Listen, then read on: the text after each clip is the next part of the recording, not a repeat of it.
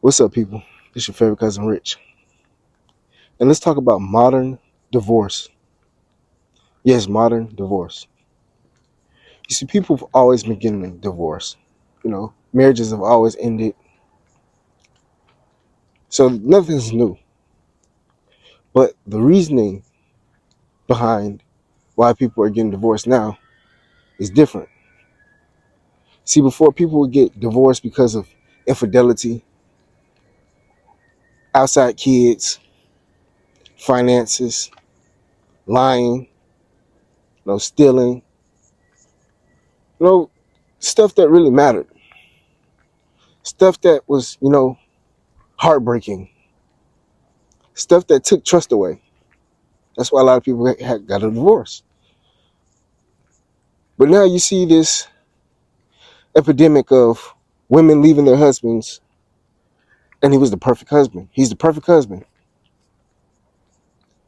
Not even the good guy, but he tries. He takes her out on dates, takes care of the kids, doesn't lie, doesn't cheat, comes home on time. Even though they say, oh, he's too predictable, he throws in unpredictability here and there. And you see a lot of these women saying there's nothing wrong with the husband. He's a good guy. Yet the women still file for divorce. Why is this? I take a step back and I look and I say, well, a lot of the reason maybe because they got married because society told them it was time for them to get married. See, a lot of these marriages, if you take a look at them, these people got married young, like 22, 23, all the way to like 26. Sometimes in their 30s. But a lot of it is behind pressure, society norms and pressure. People telling them, oh, it's time for you to get married, or this is what you're supposed to do at this age, So they feel it's a pressure to get married. So if they don't see the guy that they naturally desire, crave, they more than likely choose what? The good guy. The guy who has his head on his shoulders, working on his degree, or probably has his degree, He draws inside the lines. He don't get in no trouble. A good guy. She probably doesn't necessarily desire him. You know what I mean by desire? She probably doesn't necessarily desire him, but he checks all the boxes on paper. A guy she can take home, a guy who looks good in public, a guy who will raise the perfect kids or good kids and take care of the kids and be there for it. This and that, that's what she chose. That's what society told her she's supposed to choose. So that's what she did. And down the line, she starts feeling like she's missing something. She starts to feel like this is the perfect life, but not the life for her. Sometimes because she decided to choose to marry based on the pressures that was around her and not on her own choice. So now she wakes up one day and realizes that this may not be the life that she wanted. It's just like you choose a degree to be a doctor. You choose your occupation to be a doctor because everybody around you says you should be a doctor. And 10 years in it, you wake up one day and you're like, I don't think I want to be a doctor. I don't like this life. So you choose to give it up. It's the same thing. One of the reasons why women are just up and divorcing and leaving their husbands, happy homes, is because they don't identify with it. That wasn't their choice. Pressure forced them into these relationships, forced them into these marriages. And it's not the guy's fault. And it's somewhat sad, especially if they're breaking up a happy home. If you have kids, it's a saddening thing. I'm not saying I agree with it, but I understand it. Again, I'm not saying I agree with somebody necessarily waking up one day from a happy home, happy family, and tearing it apart because they're unhappy or they feel like this is the choice that they did not want to make.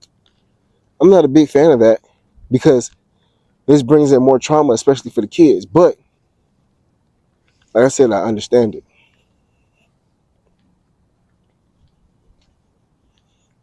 That leads into an identity crisis.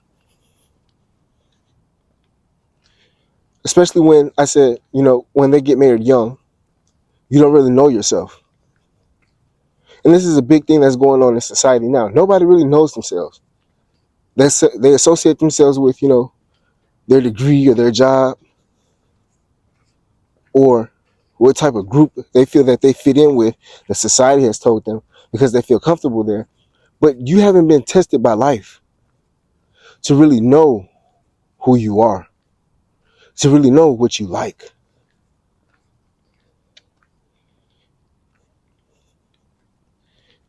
These women get in these relationships or these marriages without knowing themselves, without life testing them to really show them who they are, what they like, what they don't like. So now your identity becomes just a wife, just a mother,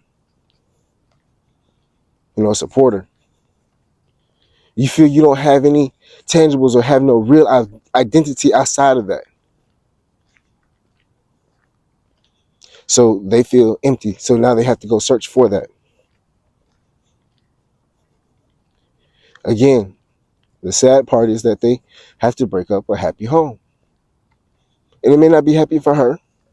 And it may not be happy for the husband. But it may be happy for the kids who's not realizing the inner dynamics and the inner workings of what's going on and what's happening. To them, they're probably oblivious, as they should be. But sadly, they're the ones who get blindsided and affects them the most.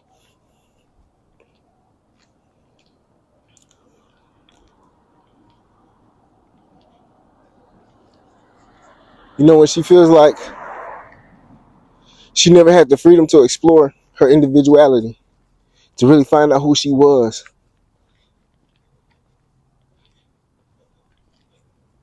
She wants to go search for that. Even if the husband, wasn't controlling. Even if he was the nice, kind, sweet, gentle, masculine, whatever the case may be. It's based off of her choice, her decision, that she did not know herself. Is why she wants to go out there and search and find it. This doesn't necessarily mean she wants to go be a thought and jump from pole to pole. I'm not saying that. Sometimes, yes. Sometimes, yes. But, they feel like they want to go make their identity, who they really are. And they need the freedom to do it. As if, bringing up a happy home or a happy family is the beginning or should be the beginning of that. But I digress.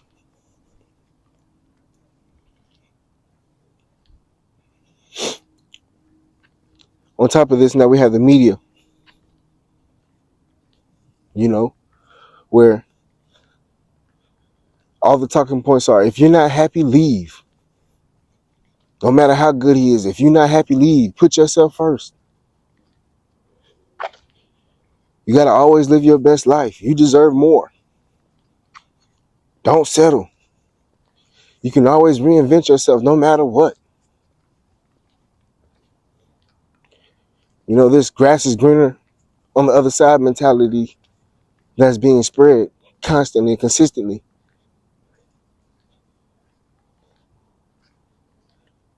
That doesn't bring on the part about being accountable for your decisions, especially if it affects another. I'm all for being happy. I'm all for living your best life.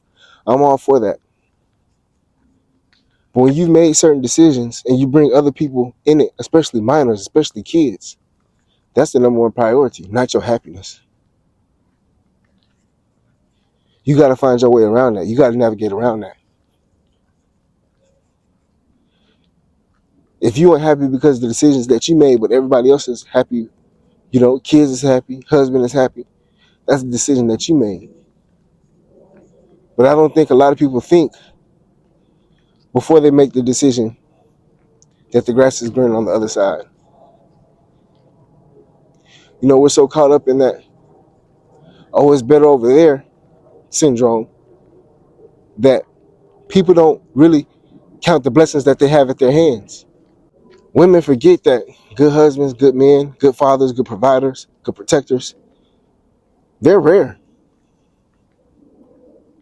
They don't see that having a family, a beautiful family, is rare. A happy home is rare. A man who's willing to provide for you is rare. To the point where you don't have to work. That's rare. They forget that. And they latch on to the talking points, Like I said, the grass is greener. Do you. This is your only life. Live your best life. Instead of preaching or teaching how to live your best life within the decisions that you made that you can't reverse. Instead of teaching you to take a look at in a different perspective and count your blessings and work with those blessings that you have now.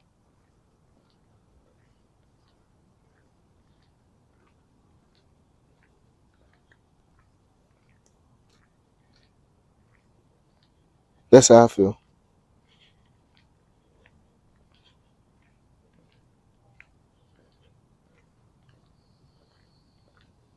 The grass ain't greener on the other side.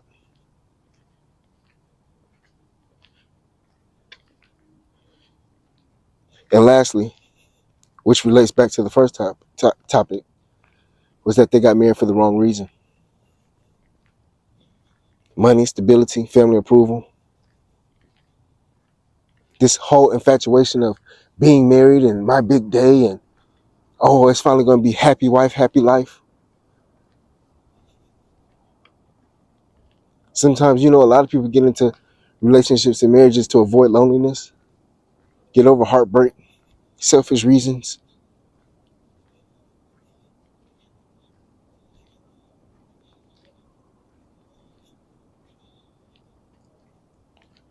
And when she really takes a step back and see the consequences, the repercussions, and the responsibilities of this role and the long-term effects, she realizes that this is the life that she never truly wanted. Of course, external factors may play a part, friends, family, environment, media, which may influence her decision even more. But deep down inside, this is something that she probably never wanted. Could this whole freedom of sexual revolution, do what you want, sleep with who you want, play a role, play a part, could possibly be. But I'm not gonna, put that on every case.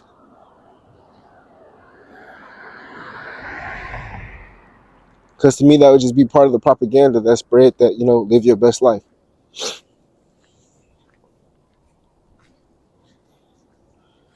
So this is why a lot of men are just refusing to get married now.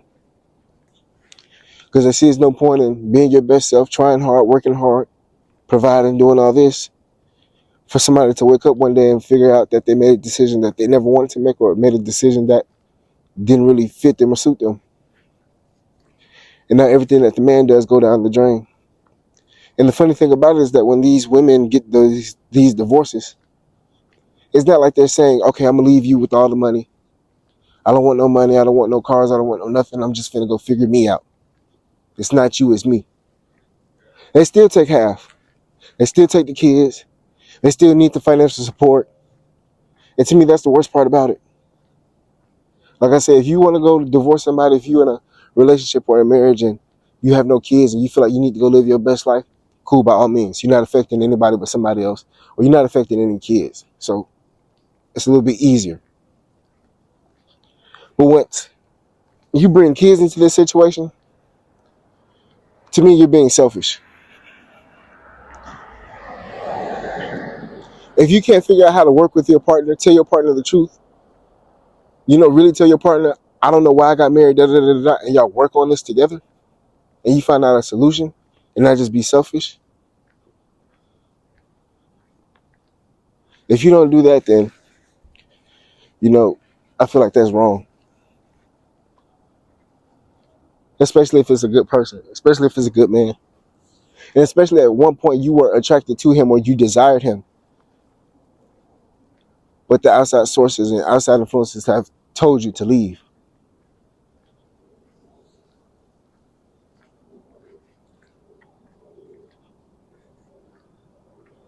But one thing I will say is that a lot of times, more times than not,